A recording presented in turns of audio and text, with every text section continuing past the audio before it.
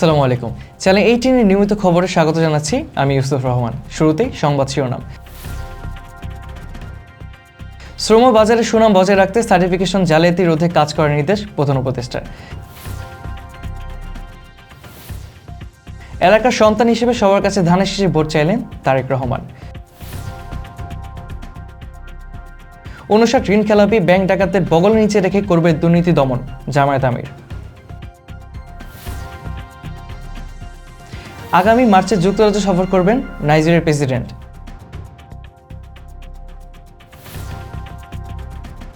শুনছিলেন শিরোনাম, এবার বিস্তারিত। আন্তর্জাতিক শ্রম বাজারে বাংলাদেশের সুনাম অক্ষুণ্ণ রাখতে সনদের জালিয়াতি ও ভুয়া সনদের ব্যবহার কঠোরভাবে রোধের নির্দেশ দিয়েছে প্রধান উপদেষ্টা প্রফেসর মোহাম্মদ ইউনূস। রোববার তেজগাঁওয়ে এনএসডির গভর্নিং বডির সভায় তিনি বলেন, দক্ষতা সনদে আস্থা নষ্ট হলে দেশের শ্রম বাজার ক্ষতিগ্রস্ত হবে। অভিন্ন মানের সনদ ব্যবস্থা চালু ও সমন্বিত দক্ষতা ইকোসিস্টেম গড়ে তোলার উপর জোর দেন তিনি। ঢাকা 17 আসনে ধানের শীষের পক্ষে ভোট চেয়েছেন বিএনপি চেয়ারম্যান তারেক রহমান। রোববার বিকেলে মিরপুর ইসিবি চত্বরের পথসভায় তিনি বলেন, এ এলাকার সন্তান হিসেবে মা বোন ভাইদের কাছে ভোট চাইছি। তিনি ঢাকাকে নিরাপদ শহর ও 40টি খেলার মাঠ তৈরির অঙ্গীকার করেছেন। রাস্তা প্রশস্তকরণের প্রতিশ্রুতিও দিয়েছেন। তারেক রহমান 12 ফেব্রুয়ারি ভোটের জন্য ধানের শীষকে সমর্থনের আহ্বান জানান। এই সমস্যার সমাধানের চেষ্টা করব ইনশাআল্লাহ। বিএনপি সরকার গঠন করলে ধীরে ধীরে এই এলাকার মানুষের যে থাকার সমস্যা আছে, উদ্বাস্তুদের যে সমস্যা আছে, সেই সমস্যা আমরা সমাধান করব ইনশাআল্লাহ। প্রিয় ভাই বোনেরা, এতক্ষণ আমার বক্তব্যে আমি আপনাদের সামনে তুলে ধরেছি কিভাবে আমরা দেশকে পুনর্গঠন করতে চাই। আমরা বিভিন্নভাবে অনেক সময় নষ্ট হয়েছে, স্বৈরাচার আমাদের দেশকে বহু বছর পিছিয়ে দিয়ে গেছে।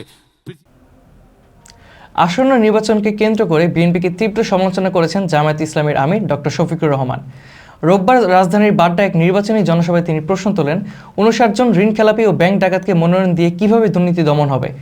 বিএনপির নাম উল্লেখ না করে তিনি বলেন, দুর্নীতির বিরুদ্ধে লড়াই শুরু করতে হয় নিজের ঘর থেকে। তরুণ নেতৃত্ব ও ইনসাফ ভিত্তিক রাজনীতির আহ্বান জানান তিনি। এই রক্তের সাথে যারা বেইমানি করবে, ইতিহাস তাদেরকে ক্ষমা করবে না। বাস্তবতা রাজনীতি আর ফিরিয়ে আনতে চাই না। নতুন বাংলাদেশ আমরা দেখতে চাই। বাংলাদেশের নতুন রাজনীতির উত্থান চাই। ইতিমধ্যে এই রায় যুব সমাজ দিয়ে দিয়েছে। এখন জনগণের দায়িত্ব, আগামী 12 তারিখ জনগণ ইনশাআল্লাহ সেই রায় দেবে। জনগণ দুর্নীতিকে লাল কার্ড দেখাবে।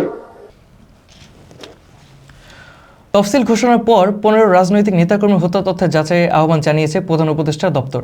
রোববার এক বিজ্ঞপ্তিতে বলা হয়, টিআইবির প্রতিবেদনের প্রাসঙ্গিক প্রেক্ষাপট অনুপস্থিত। পুলিশের হিসেবে ওই সময় মাত্র 5টি হত্যাকাণ্ডের সঙ্গে সরাসরি রাজনৈতিক সম্পৃক্ততা পাওয়া গেছে। দপ্তর বলছে, শ্রেণীবিন্যাসগত মত পার্থক্যের কারণেই টিআইবি ও সরকারি তথ্যের মধ্যে এই ব্যবধান। নির্বাচন কেন্দ্রিক সহিংসতা অতীত উদাহরণও তুলে ধরা হয়। সব হত্যাকাণ্ডই নিন্দনীয় বলে মন্তব্য করা হয়।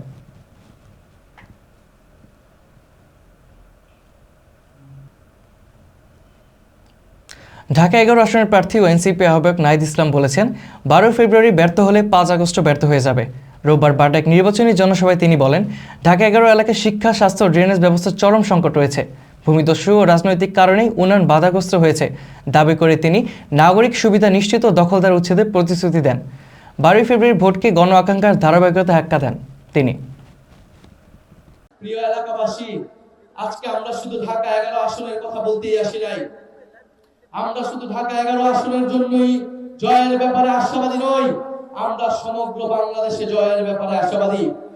11 দলীয় ঐক্যজোট, সরকার গঠনের ঐক্যজোট, আগামী বাংলাদেশ নেতৃত্ব দেওয়ার ঐক্যজোট।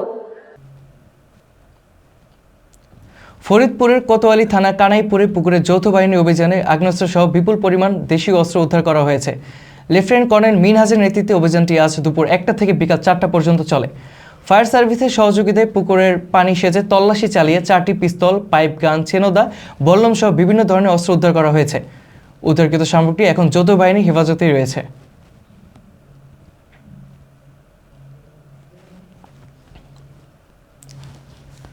রোববার ঢাকা স্টক এক্সচেঞ্জ সূচক কমেছে। দাম বাড়ার ক্ষেত্রে দাপট দেখিয়েছে বস্ত্র ও আর্থিক খাতের কোম্পানি। সব খাত মিলিয়ে 162 প্রতিষ্ঠানের শেয়ার বেড়েছে, 162টির দাম কমেছে। ডিএসইএক্স সূচক 5 পয়েন্ট কমে 5229-এ দাঁড়িয়েছে। লেনদেনও কমেছে, হয়েছে 478 কোটি টাকা। চট্টগ্রাম স্টক এক্সচেঞ্জে CASPA 48 পয়েন্ট কমেছে, 168 প্রতিষ্ঠানের মধ্যে 66টির দাম বেড়েছে। আগামী মার্চে যুক্তরাজ্য সফর করবেন নাইজেরিয়ার প্রেসিডেন্ট বোলা তিনুবু। 18 ও 19 মার্চের রাষ্ট্রীয় সফরে রাজা তৃতীয় চার্লস ও রানী ক্যামিলা তাকে ও তার স্ত্রীকে উইন্ডসর ক্যাসেলে স্বাগত জানাবে বলে জানিয়েছেন বাকিংহাম প্যালেস। এটি হবে 37 বছরের ব্রিটেনের নাইজেরিয়ার কোনো প্রেসিডেন্টের প্রথম রাষ্ট্রীয় সফর। সফরে অর্থনীতি, অভিবাসন ও নিরাপত্তা সহযোগিতা জোরদারের বিষয় গুরুত্ব পাবে।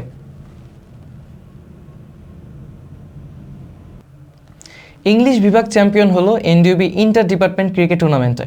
ফাইনালে ল ডিপার্টমেন্টকে 2 উইকেটে হারিয়ে তারা চতুর্থবার ট্রফি জিতল। টেল এন্ডার সাব্বিরের সহায়তায় অধিনায়ক নীল 21 বলে 64 রান করে ম্যাচের নিয়ন্ত্রণ নেন এবং ফাইনালে সেরা খেলোয়াড় হন। উৎসবের মধ্য দিয়ে সমাপ্ত হলো 2026 সালের আসর।